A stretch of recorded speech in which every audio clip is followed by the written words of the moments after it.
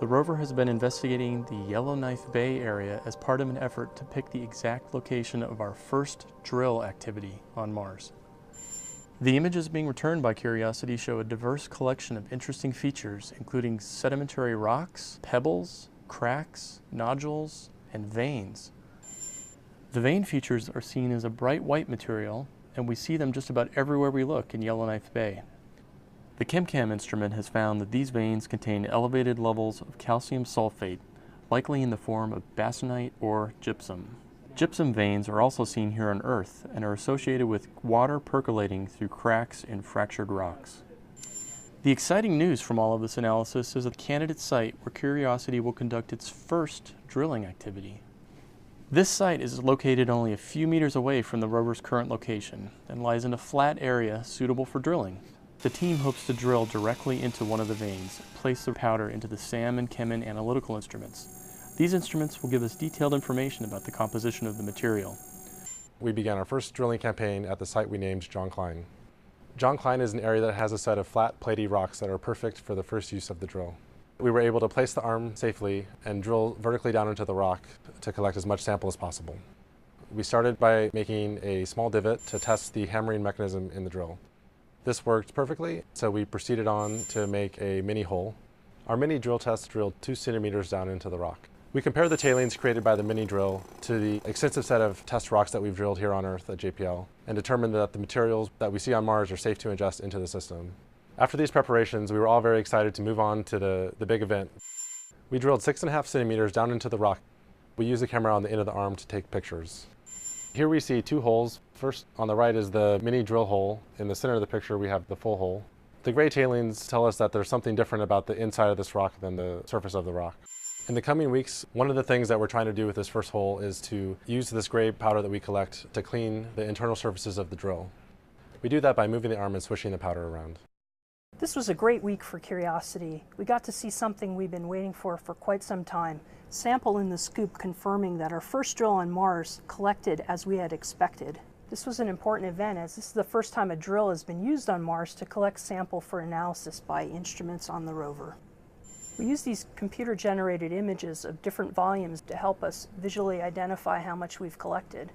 We were able to estimate that we collected about 14 cubic centimeters of sample, or about a tablespoon, and this matched our expectation of what we would see in the scoop when we got to this point. Our drilling capability gives us the ability to get inside this rock. The first thing you notice about the material is that it's a different color. Gray, not the reddish-orange color all around us. That reddish-orange color is a sign of an iron oxidation, a kind of rusting process that's occurred all around Mars. The next steps for the team are to finish processing this sample with Chimera and then put small portions into the SAM and Chemin instruments for analysis of chemistry and mineralogy. This week, the Curiosity science team released its initial findings from its first ever drilled sample on Mars.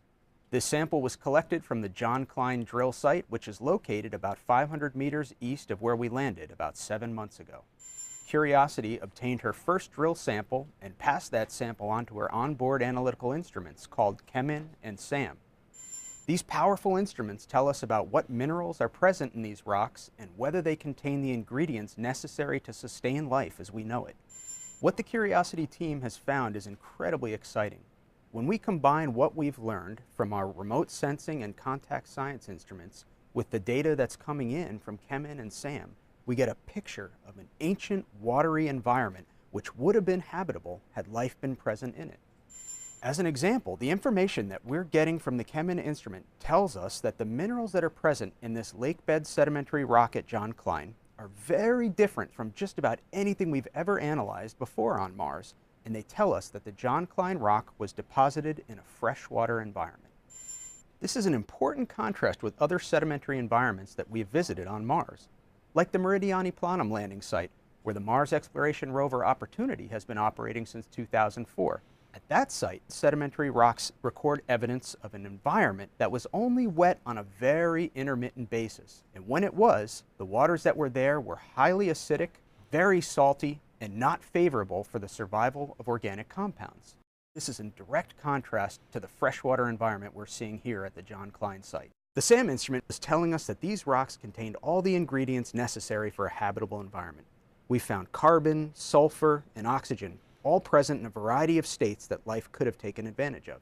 All in all, these few tablespoons of powder from a Martian rock have provided the Curiosity science team with an exciting new data set that tells us that Gale Crater, and perhaps all of Mars, contained habitable environments.